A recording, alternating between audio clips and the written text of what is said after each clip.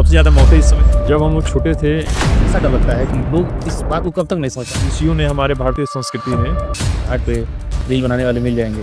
Reel बनाने वाले जितने लोग रिला जाएंगे वो लोग। ये समझदार लोग भी इस समझदारी से परे हो जाते हैं। विश्व की सबसे बड़ी चुनौती, पर्यावरण जैसे मुद्दे पे जब कोई बात करता है, बच्चे मोबाइल से खेल रहे हैं। कभी हम लोग ढेला चलाते थे, आम तोड़ते थे, वही कहते हैं मैं हूँ द्वार कुटी का तेरे मनुष्य। पेड़ अगर बोल पाते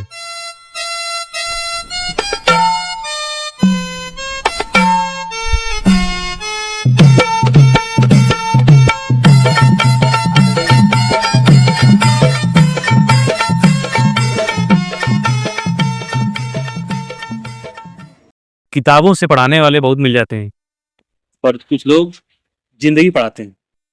ऐसे ही एक शिक्षक, एक समाज सेवी, एक सुधारक शैलेंद्र जी, जिनका उद्देश्य पर्यावरण की मुहिम को आगे बढ़ाना है। आइए जानते हैं इनसे कुछ बातें।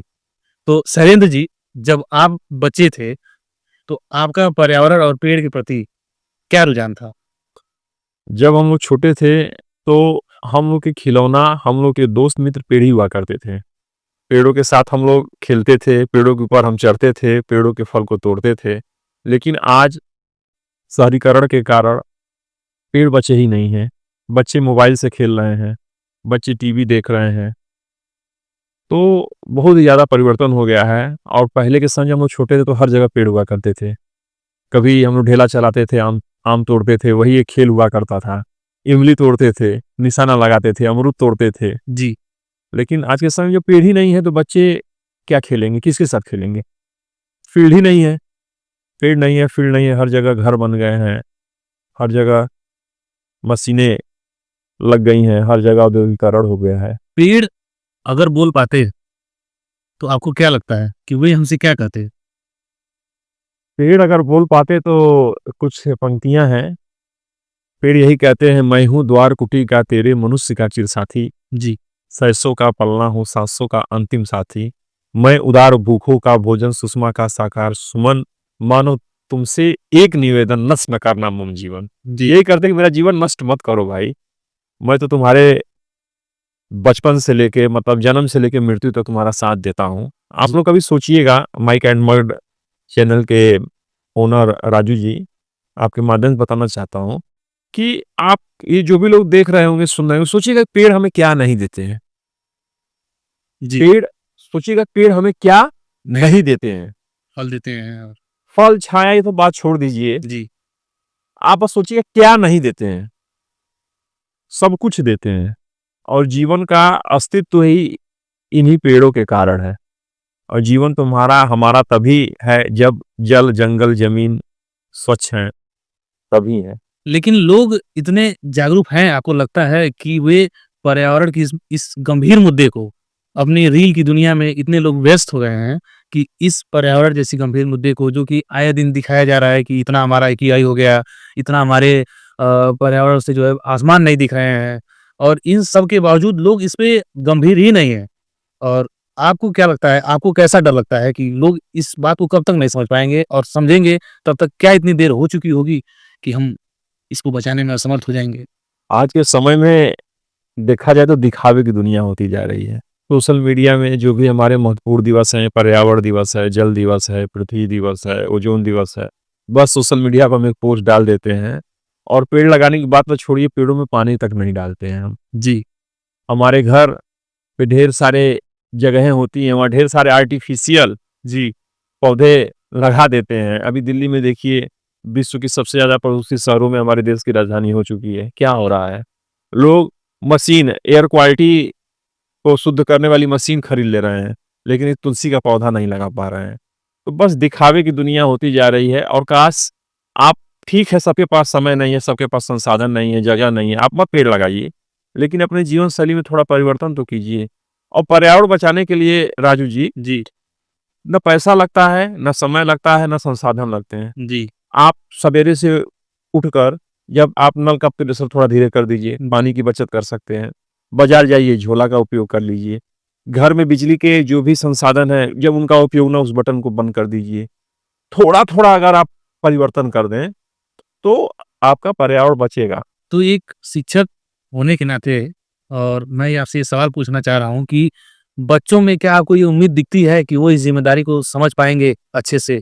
क्योंकि बच्चों को पेड़ जैसे बचाना हुआ, पर्यावरण जैसे गंभीर मुद्दे जो कि आम तौर पे समझदार लोग भी इस समझदारी से परे हो जाते हैं कि पेड़ कितनी ज़रूरी चीज़ है। तो क्या देखिए आपको एक उम्मीद लगती है? देखिए समझदार लोग कुछ नहीं कर पाएँगे। इतिहास देखिए समझदार लोग बस बड़ी-बड़ी बातें करते रह जाते किताबें पढ़ते हैं बस। किताबें पढ़ते हैं और वो बस कहते रह जाते हैं। जी, करने वालों की संख्या बड़ी कम होती है और बच्चे जो देखते हैं वो बन जाते हैं। बच्चे जो सुनते हैं वो बन जाते हैं। अगर शिक्षक बार-बार कहे कि हमें पेड़ लगाना चाहिए, पर्यावरण बचाना चाहिए, जल बचाना चाहिए, वायु को साफ रखना चाहिए, तो बच्चों का रोल मॉडल एक शिक्षक होता है। जी, अगर कोई भी शिक्षक पढ़ा रहा है विद्यालय में बस 100 बच्चे मान लीजिए, तो 100 बच्चे आगामी 60-70 साल तक अगर वो बीज डाल दिया जाए उनके मनोमस्तिष्क में, तो आजीवन पर्यावरण संरक्षण करते रहेंगे। अभी मैंने बताया कि लोगों को लगता है केवल पेड़ लगाने से ही पर्यावरण बचता है, तो नहीं। अगर आप अपनी जीवन शैली में लाइफ़स्टाइल में चेंज कर ले रहे हैं, तभी पर्यावरण बचेगा।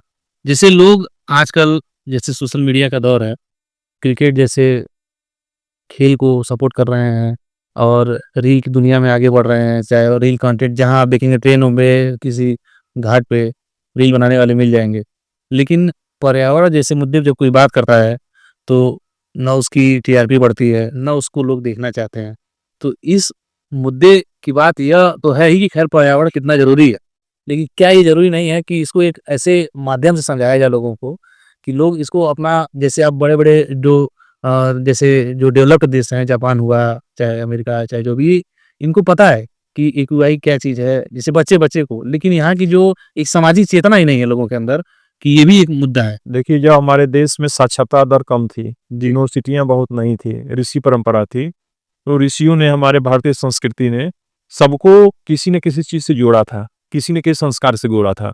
जैसे छठ पूजा देख लीजिए, गोवर्धन पूजा देख लीजिए, दीपावली, दशहरा, होली, हर त्योहार फसलों के कटने के बाद ही मनाया जाता था। जी, हमारी संस्कृति में तो कहा गया कि 10 कूप समूह वापी 10 वापी समूह हुदा 10 सुध समूह द्रुमा 10 द्रुम समूह पुत्र, एक वृद्धि 10 पुत्र के समान होता है। यह की परंपरा थी। पानी में थूकना मना था। तो ऋषि परंपरा से जोड़ा गया था। लेकिन आज के समय में जो रील बना रहे हैं, उनको वास्तव में देखा जाए तो कुछ इसके बारे में मालूम ही नहीं है। मतलब जागरूकता की कमी है। अगर जागरूकता जब बढ़ जाएगी, लोग जान जाएंगे। देखिए अभी अरावली का एक मैटर हुआ, सुप्रीम कोर्ट ने अपना निर्णय दिया और जब सभी लोग एकजुट हो गए, जी, तो सुप्रीम कोर्ट को अपना ही निर्णय रद्द करना पड़ा। तो सब लोग अगर जाग जाएँगे और आपने जैसे कहा कि जापान, अमेरिका जैसे देशों को मालूम है, लेकिन देखिए वहाँ पे एयर क्वालिटी इंडेक्स और कार्बन उत्सर्जन देख लीजिए, एक गरीब देश है, एक छोटा-सा देश है, यहीं पे हमारा भूटान पड़ता है। जी। देखिए कार्बन उत्सर्जन उसका शून्य है, वो कार्बन उत्सर्जन में प्लस है। तो उसके लिए एक दृढ़ संकल्प चाहिए, इच्छा शक्ति चाहिए और इसके लिए हमको लगता है कि बहुत ज्ञान की ज़रूरत नहीं है, बस थोड़ा-सा परिवर्तन की ज़रूरत है। बच्चे और बड़ों दोनों के लिए आप क्या संदेश देना चाहेंगे अपने माध्यम से? हम तो कहेंगे कि आप कोई शुभ अवसर हो, एक पौधा लगाइए, चाहे पौधा भेंट कीजिए। जी, किसी सार्वजनिक स्थल पे कोई मंदिर हो, कोई तालाब हो, कोई पोखरा हो, कोई नदी हो, कोई स्कूल है, एक ही पौधा लगाइए। लेकिन कहा गया है ना कि जिस दिन मरोगे पेड़ साथ लेकर जलोगे, हुँ। जिंदा रहते तो अपना फर्ज निभा दो यारो। तो तो सम उस पेड़ को लगाएँ। एक ही लगाइए आप, जी, एक ही 2 लगाइए साल भर में हुँ, और उसको बस बचा ले जाइए। क्योंकि जो सरकार जो पेड़ लगाती है, जी। तो उसका आंकड़ा जानते हैं कितना है? 1 है। 100 पेड़ लगाने पे 1 पौधा पेड़ बन पाता है। बचते तो लगभग 9-10 हैं, लेकिन वो बड़े होने से पहले ही कट जाते हैं। हुँ।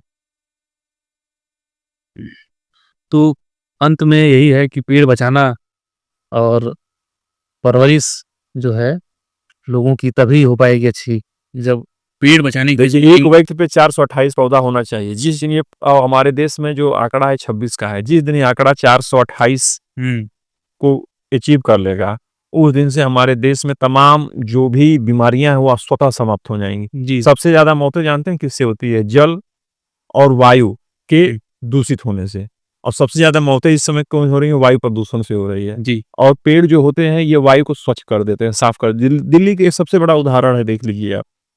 तो मैं आपके चैनल के माध्यम से यही कहूँगा कि अपनी जीवन शैली में थोड़ा-सा परिवर्तन कीजिए और सोचिए कि आप इस धरती पे आए हैं, तो आपका फ़र्ज़ है कि कुछ दें। क्योंकि विरासत में जो हमारे पूर्वजों ने दिया है, तो हमारा भी ये कर्तव्य दायित्व बनता है कि हम भी आने वाली पीढ़ियों को कुछ दे के जाएँ, नहीं तो आने वाली पीढ़ियाँ बस हमको गरीब ही करेंगी। ये बड़ी-बड़ी बिल्डिंगें बन जाएँगी। आप कभी देखे थे राजू जी, आप छोटे थे, तो आप कभी देखे थे कि कोई पानी खरीदता था? कोई नहीं खरीदता था आज से 15 साल पहले पानी। आज पानी बोतलों में लोग लेके चल रहे हैं। आरू लगवा रहे हैं। 10 साल बाद स्थिति हो जाएगी क्या? 10 साल के अभी स्थिति हो गई है कि ऑक्सीजन का सिलेंडर लेके चल रहे हैं। तो मैं तो बस यही कहूँगा कि भाई आप लोग थोड़ा-सा चेतिए, नहीं तो रील बनाने वाले जितने लोग रेला जाएँगे वो लोग।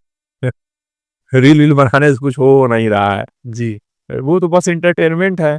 अगर अब हाँ, पर एक बात है, ये रील बनाने वाले लोग, जैसे अभी अरावली वाला मैटर हुआ है, उस तरह रील बनाने वाले लोग भी पर्यावरण पे जो भी ये बहुत बड़ा मुद्दा है। अगर आप सोशल मीडिया पे देखें, आप सर्च करें, तो विश्व की सबसे बड़ी चुनौती पर्यावरण प्रदूषण है, सबसे बड़ी, जिसकी वजह से ग्लोबल वार्मिंग हो रही है, ताप वृद्धि हो रही है। और अभी हाल ही में जो चर्चा का विषय बना हुआ है एआई, एआई पे भी ये सुनने को आ रहा है कि बहुत ज़्यादा जो है पानी की खर्च को बढ़ा रहा है।